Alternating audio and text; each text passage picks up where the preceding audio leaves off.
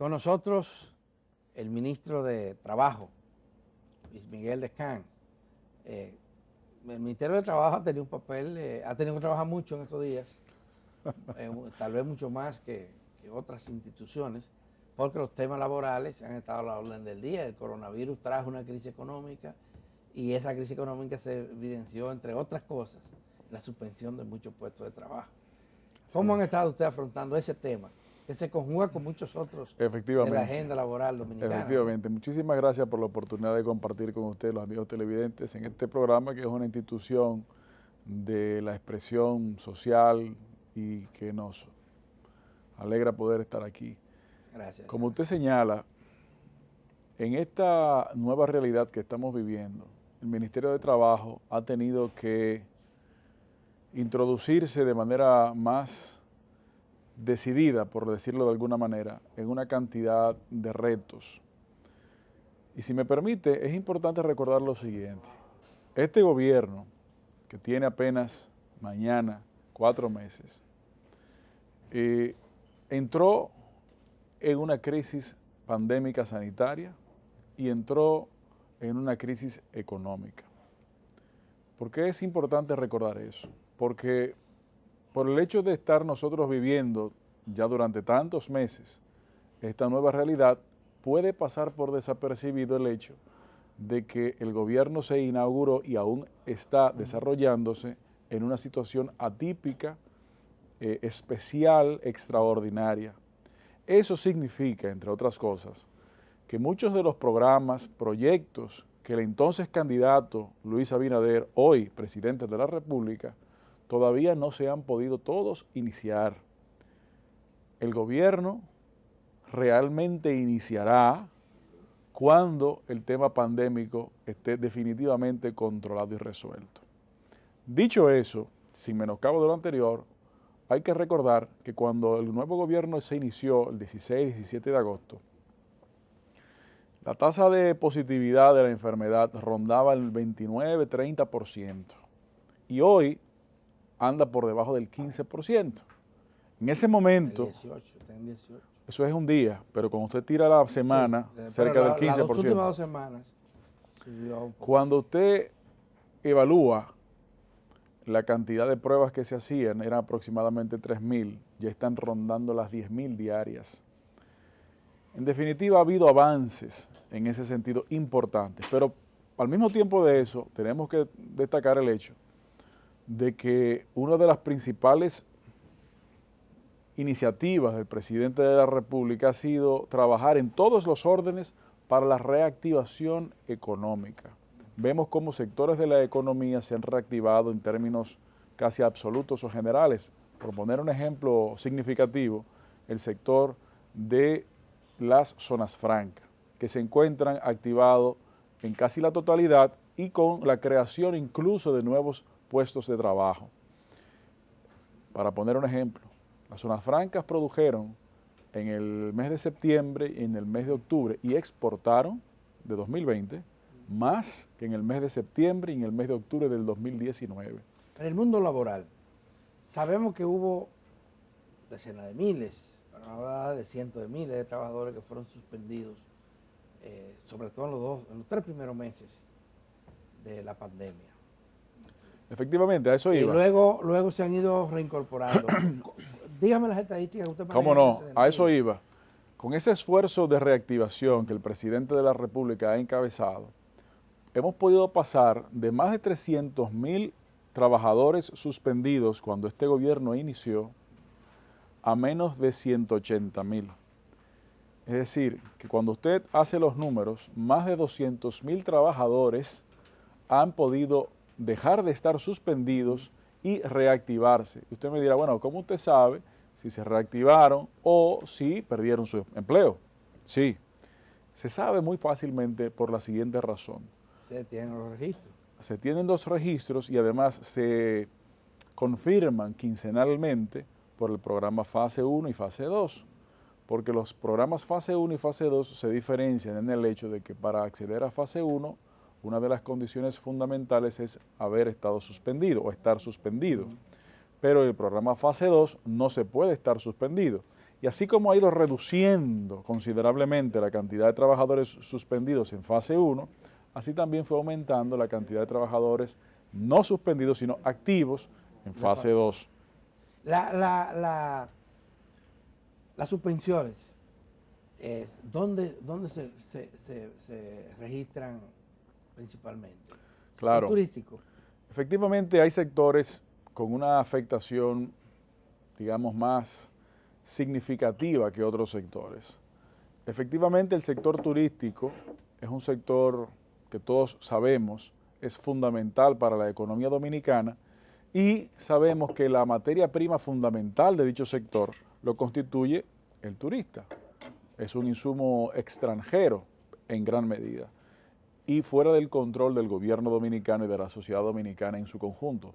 A pesar de ello, ha habido una reactivación parcial. Por ejemplo, en el mes de septiembre, en coordinación con el Gabinete de Turismo, el Ministerio de Trabajo emitió la resolución 18/2020, la cual viabilizó la reactivación de los trabajadores del sector turístico, especialmente en el sector hotelero.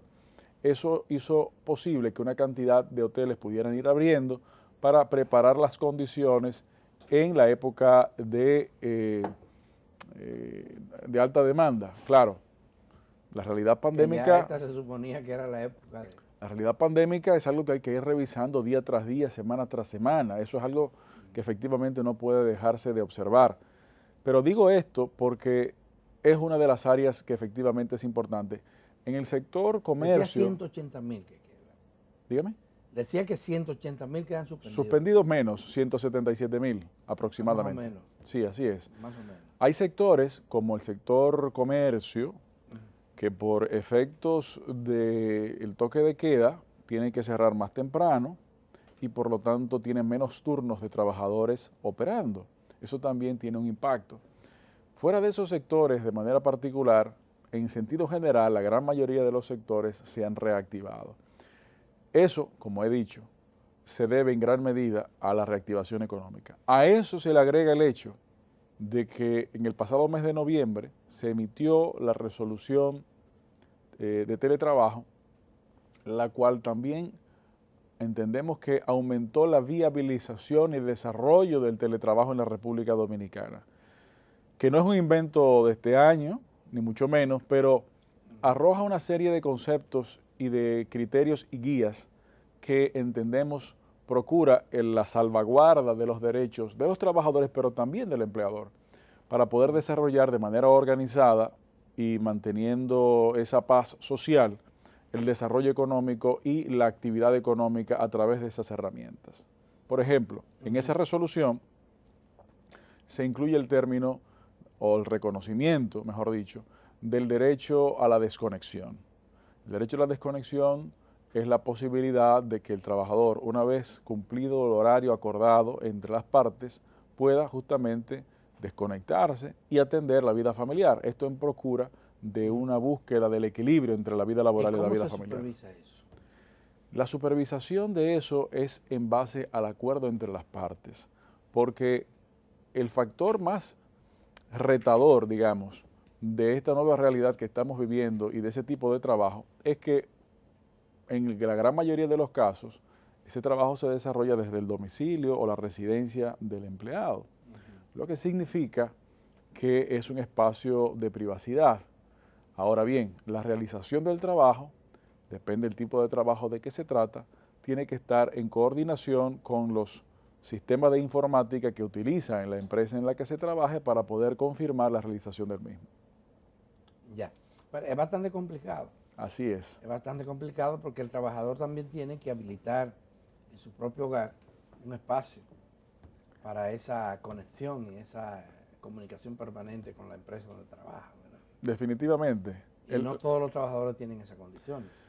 La complicación es, como usted la señala, pero además es una discusión que se ha desarrollado en diferentes partes del mundo, el hecho de que ciertos conceptos históricos del derecho laboral deben de revisar cómo se pueden aplicar en esa nueva realidad del mercado laboral. Por ejemplo, una discusión siempre viva y ahora probablemente se aumente, es respecto de los riesgos laborales en teletrabajo que constituyen un accidente laboral y que no constituye un accidente laboral. Eso dependerá también un poco de las labores mismas que cada trabajador realice, pero no deja de ser un tema que debe ser abordado.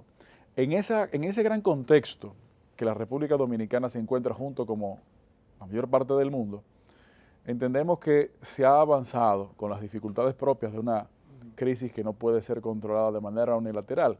Sin embargo, una de las preocupaciones iniciales y fundamentales del gobierno fue qué sucede con los trabajadores suspendidos respecto del salario 13. Y desde prácticamente la llegada nuestra a la posición que el presidente de la República nos solicitó responsabilizarnos, identificamos que cuando llegara el mes de diciembre ese tema podía ser un problema. Pero ya se solucionó con el anuncio que hizo. Se solucionó gracias a la labor que ha hecho el gobierno en la conversación entre el sector trabajador y el sector laboral, y el sector empleador, con ese diálogo social, para encontrar una solución. Porque el Código de Trabajo, ¿qué es lo que establece? El Código de Trabajo establece que el cálculo del salario de Navidad se calcula o se llega al mismo en función del... mediante la sumatoria de los recursos percibidos por el trabajador durante el año dividido entre 12. Sucede que un trabajador suspendido por efectos del código... ¿No se puede dividir entre 12? Sí, ese es el problema, se divide entre 12, pero como el trabajador suspendido por efectos del Código de Trabajo no recibe ingresos mientras está suspendido, si trabajó enero, febrero y marzo solamente, por ejemplo, esa sumatoria se divide entre 12 y el monto del salario de Navidad sería muy bajo.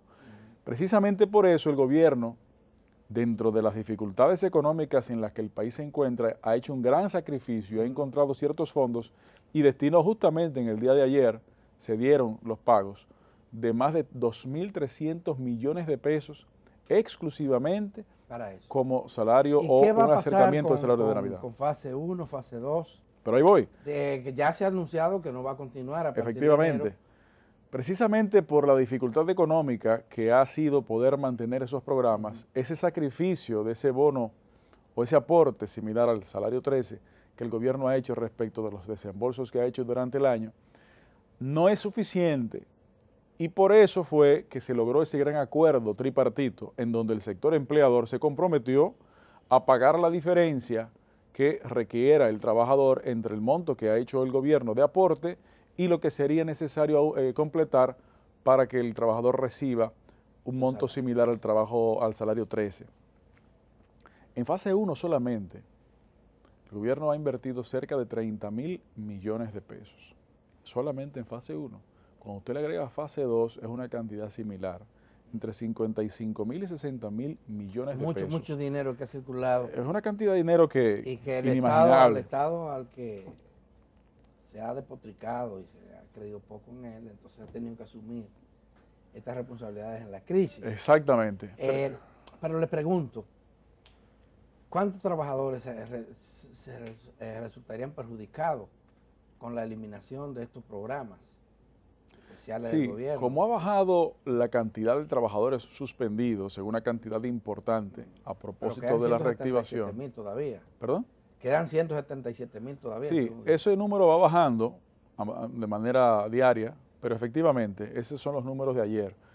176.000 y pico, 177.000 aproximadamente. Y efectivamente, eso es un monto que habrá que ver. Hay que reconocer que en algunos casos hemos podido percatarnos de uso indebido de los fondos y ha tenido que ser retirado, me explico. Para que haya fase 1 debe haber suspensión. Si hay suspensión, se supone que el trabajador no está laborando en ese momento, porque si está laborando, no está suspendido. Y a través de las inspecciones hemos detectado algunos casos en donde el trabajador aparece suspendido formalmente, pero en los hechos se encuentra trabajando. Eso no es correcto y hemos tenido Esas son las empresas los que han cometido ese una combinación. Entonces, se le ha dado las informaciones. Temiendo de que lo despidan definitivamente, acepta esa condición. Precisamente para evitar eso, hemos hecho las investigaciones, las supervisiones necesarias, las inspecciones necesarias, y eso se ha reducido considerablemente y estamos ¿Qué seguros... porcentaje estaríamos hablando de? No, a nivel de porcentaje es muy difícil porque uno de los temas necesarios que hay que reconocer es la transformación que tenemos que hacer del Ministerio de Trabajo. Para que usted tenga una idea, empresas con trabajadores suspendidos son cerca de 50.000, o han sido, ya han bajado, cerca de 50.000. El Ministerio de Trabajo tiene menos de 200 inspectores de trabajo en todo el territorio nacional. Ya usted sabrá la cantidad de empresas que tendría que inspeccionar cada inspector para poder cubrir el espacio. Entonces, a propósito de eso, ¿cómo encontró usted el Ministerio de Trabajo? Mire. ¿Usted no encontró los problemas que tiene electricidad o que han tenido en salud pública, los hospitales, ni nada de eso? El Ministerio de Trabajo tiene que ser reformado. Nosotros estamos trabajando, valga la redundancia, en un anteproyecto de ley que pueda convertir el ministerio en el Ministerio de Empleo, Trabajo, Desarrollo Social y Seguridad Social. Porque recuerde que el Ministerio de Trabajo preside el Sistema Dominicano de Seguridad Social.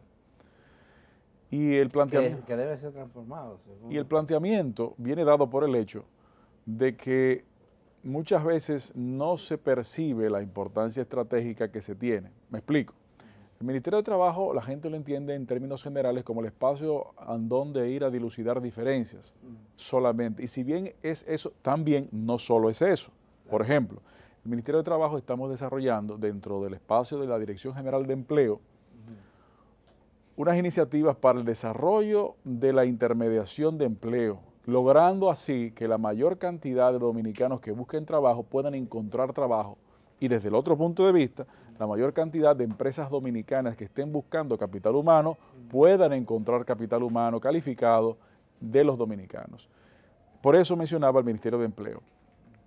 Y como usted señala, además de la transformación del Ministerio de Trabajo, que es necesaria y que le comento, estamos trabajando en ello, de los programas o proyectos transformacionales que tenemos en carpeta, se encuentra también la revisión del Código de Trabajo y de la Ley de Seguridad Social, que en un mundo ideal deberían ser atendidos de manera conjunta, porque la puerta de acceso o entrada al sistema dominicano de la seguridad social es el empleo formal. Sin embargo, por la complejidad de ambos textos... Se va a iniciar pronto eso, porque hay inclusive una obligación de ley. La última modificación que se le hizo a la Ley de Seguridad Social planteaba que en septiembre de este año debió de iniciarse un proceso de... La Ley 1320 de febrero de 2020 señala eso que usted dice. Recordemos que en febrero de 2020 todavía no estaba presente en el país el coronavirus. Sí. Y efectivamente eso presenta una nueva realidad. Usted particularmente que preside el Consejo, sí. ¿tiene en su agenda absolutamente una convocatoria? Porque supongo que va a ser participativa. Absolutamente. En ese sentido le informo lo siguiente.